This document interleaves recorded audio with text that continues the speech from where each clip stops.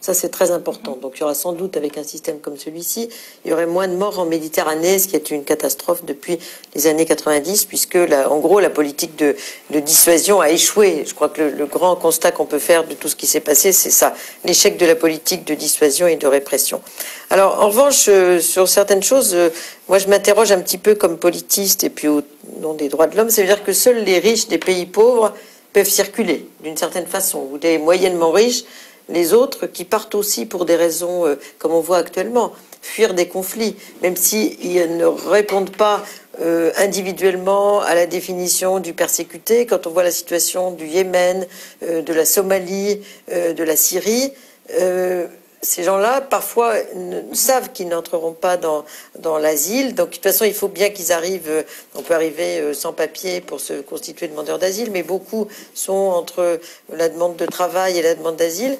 Pour eux, il n'y a pas beaucoup de place pour entrer dans ces critères, puisqu'ils n'ont pas tous de l'argent pour payer cher un visa. Donc ça, c'est une première chose. Deuxièmement, acheter des visas, pourquoi pas, mais pourquoi faire? C'est-à-dire qu'il y a des gens qui... ce qu'il y a, par exemple, moi je prends l'exemple de l'Albanie.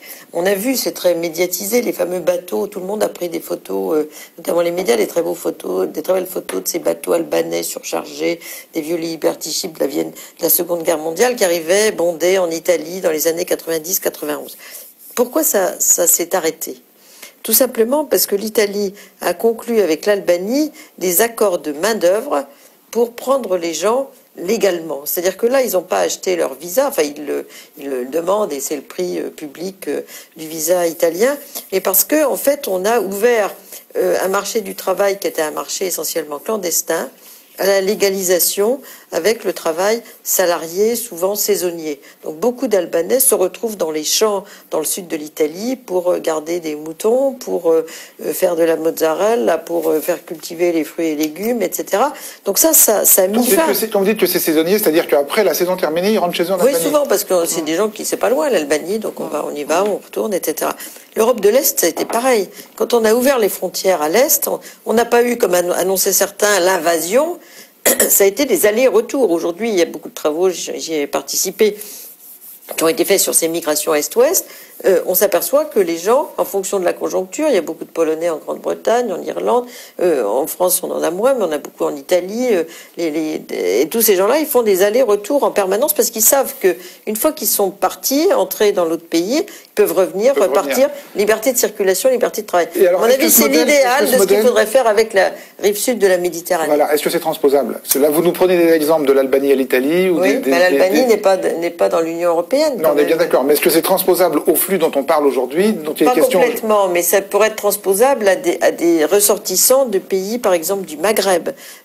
On a beaucoup de jeunes. Aujourd'hui, il n'y a pas que des Africains qui malheureusement sont le gros du bataillon de ceux qui partent dans des conditions dramatiques, mais les Haragas, par exemple, des grilleurs de frontières, qui sont des jeunes qui partent du Maroc, d'Algérie, de Tunisie pour arriver en Europe. Eh bien, s'ils avaient plus de possibilités de circuler comme touristes, déjà pour voir du pays, comme n'importe quel jeune, on dit à tout le monde, il y a des tas d'offres de voyage, eux, ils ne peuvent pas, visa. Bon. Donc si on permettait à ces gens-là d'avoir des visas, si on permettait à d'autres qui cherchent du travail dans ces pays, en légalisant du travail au noir qui fleurit partout, il suffit d'aller chez sa grand-mère ou voir comment fonctionne tel ou tel restaurant pour voir qu'il y a énormément de gens qui sont employés au noir dans la tolérance la plus absolue et des quantités de secteurs entiers qui fonctionnent à moitié ou au tiers avec des sans-papiers. Donc si on légalisait ces secteurs-là en disant voilà, il y a du travail dans ces secteurs-là, si vous êtes prêt à accepter ces secteurs-là, c'est ce qu'on appelle des quotas, eh bien les gens ils auraient un visa pour travailler comme c'était le cas dans le passé. Alors jusqu'à